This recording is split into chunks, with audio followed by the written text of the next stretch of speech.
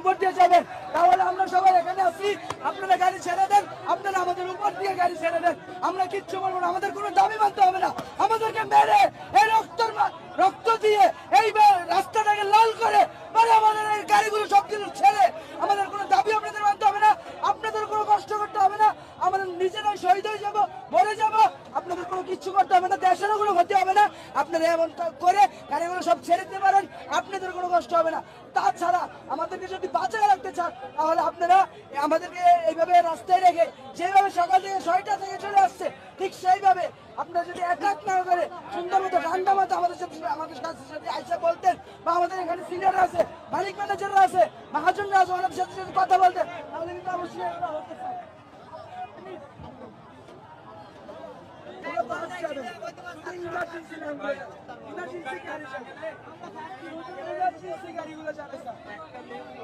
একটা লেন চলবে শুধু ইমার্জেন্সি, বাস হোক, রিক্সা হোক, মানুষ হোক, একটা লেন চলবে।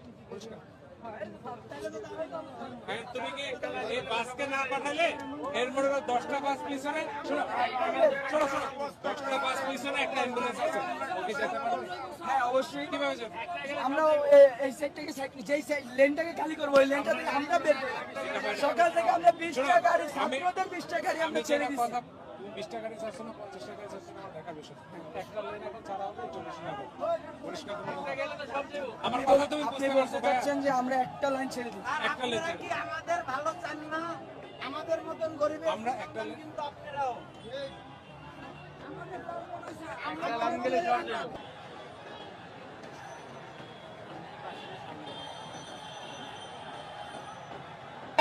রিক্সা চালাই কেন সেনাবাহিনী আমরা মনে করেন আমরা আইসি, আমরা সুন্দর মাথা ঠান্ডা করে আমরা আন্দোলন করতে চাই, ওরা আইসাই আমাদের লাঠি চালান করেছে।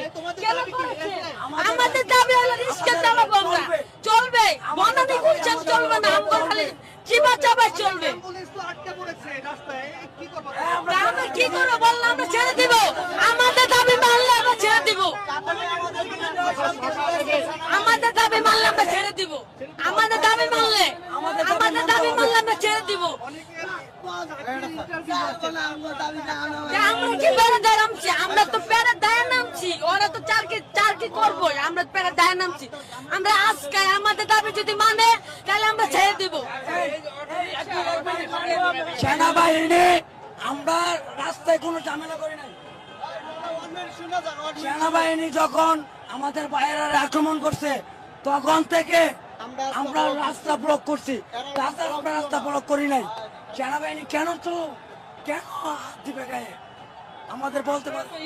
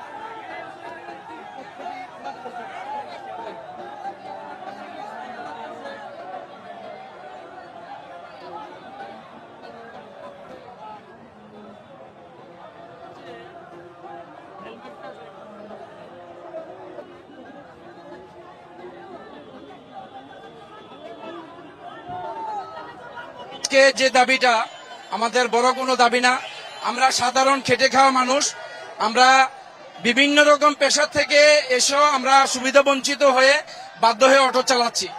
আমাদের মতো এরকম অনেকে আছে সারা বাংলাদেশে, কিন্তু সরকারের সিদ্ধান্তকে আমরা সাধুবাদ জানাই। কিন্তু আমার কথা হচ্ছে যে সরকার আমাদের একটা বিকল্প ব্যবস্থা করে তারপরে এটা বন্ধ করে দেখ। দ্বিতীয়ত হচ্ছে আমার একটা প্রস্তাব আছে সরকারের কাছে, সেটা হচ্ছে মেন রোডে অটো গাড়ি চলুক, আমি এটা চাই না। আমি মেন রোডে অটো গাড়ি চলার সবসময় বিপক্ষে। আমার কথা হচ্ছে যদি কোনো কারণবশত মেন রোডে গাড়ি বের হয়, সেটা সকাল 7টার মধ্যে মেন রোড থেকে গাড়ি সরিয়ে ফেলতে হবে, এক। দ্বিতীয়ত হচ্ছে রাত্রে 9টা অথবা 9:30টার মধ্যে, 9:30টার আগে মেন রোডে কোনো গাড়ি যেতে পারবে না, এরকম একটা সিদ্ধান্ত করা হোক। কিন্তু একেবারে যদি বন্ধ করে দেয়, অটো গাড়ি যদি একেবারে বন্ধ করে দেয়, বহু লোক আছে, লক্ষ লক্ষ মানুষ আছে যারা একটা অটো গাড়ির উপরে নির্ভরশীল, তাদের কিস্তি চলে, তাদের ফ্যামিলি চলে, মায়ের অসুস্থতা, বাবার অসুস্থতা, চিকিৎসা খরচ চলে, সবকিছু নির্ভর করে এটার উপরে। কাজে সরকার যদি এটা একেবারে বন্ধ করে দেয়, এই সাধারণ খেটে খাওয়া মানুষগুলো কোথায় যাবে, কি করবে? তখন বাধ্য হয়ে তারা বিভিন্ন রকম অপকর্মে জড়িত হবে। তাই আমি বর্তমান সরকারের প্রধান যে উপদেষ্টা আছেন, মাননীয় উপদেষ্টার কাছে আমি বিনীতভাবে অনুরোধ করব যে আমরা যারা সাধারণ খেটে খাওয়া মানুষ আছি, তাদের একটা বিকল্প ব্যবস্থা করে আপনারা একেবারে বন্ধ করে দেন। আর আমি মনে করি যে এইভাবে মাঝপথের থেকে সিদ্ধান্ত নিলে এটা কখনোই বন্ধ হবে না। আপনাকে আগে ইনপুট বন্ধ করতে হবে। দ্বিতীয়ত হচ্ছে যে কটা ফ্যাক্টরি আছে গাড়ি তৈরি করার, প্রত্যেকটা ফ্যাক্টরিকে আপনি সিলগালা করে দেন। যাদের কোনো উপায় নাই, মানে আপনারা চাচ্ছেন যে ধীরে ধীরে আপনাদের অন্তত এটা বন্ধ করতে চাচ্ছে সরকার, কিন্তু সেটা ধীরে ধীরে হোক। হ্যাঁ, সেটা ধীরে ধীরে হোক, কিন্তু একেবারে বন্ধ না করে একটা বিকল্প কর্মসংস্থানের ব্যবস্থা করে সেটা বন্ধ করে দেওয়া।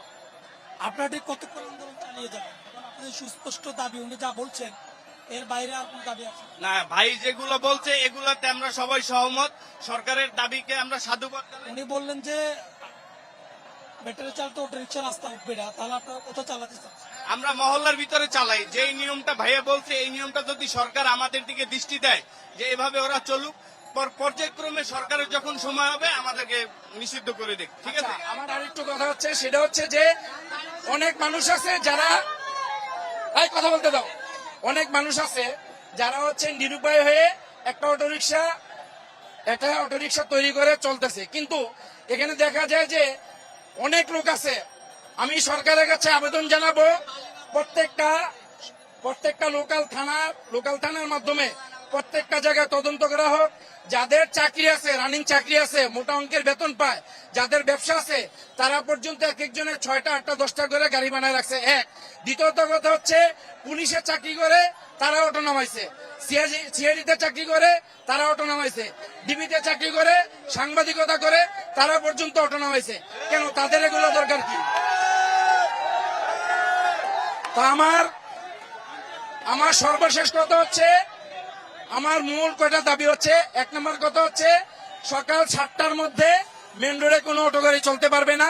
মহল্লার ভিতরে একেবারে অটো গাড়ি বন্ধ করে দেওয়া না হয়। আর রাত্রে 9টা অথবা 9:30টার আগে মেন রোডে যদি কোনো গাড়ি পায়, সেটা একেবারে প্রশাসনের ইচ্ছা মতো যে কোনো ব্যবস্থা